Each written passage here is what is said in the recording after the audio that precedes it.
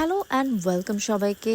আমি আজকে নেপালের পোখরা থেকে আপনাদেরকে ভয়েস ওভার ভিডিও নিয়ে সবাইকে স্বাগত জানাচ্ছি।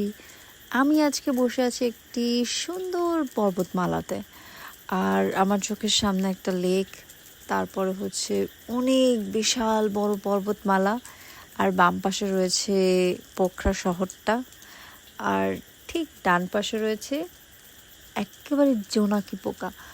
Wow, what a beautiful combination! You can't even imagine এখানে আসলে যে কত পিসফুল একটা জায়গা লাগে। এই যে আমি ভয়েস ওভার দিতেছি, এটাও কিন্তু মানুষের জন্য নয়েজ।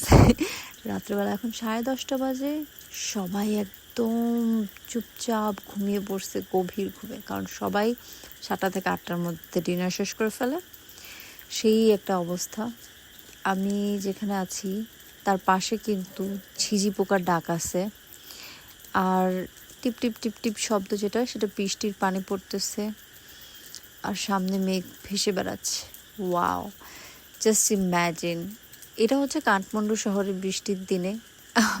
আর একটু পরে কিন্তু আপনারা স্ক্রিনে দেখতে পারবেন অনেক সুন্দর সুন্দর জায়গার ছবি।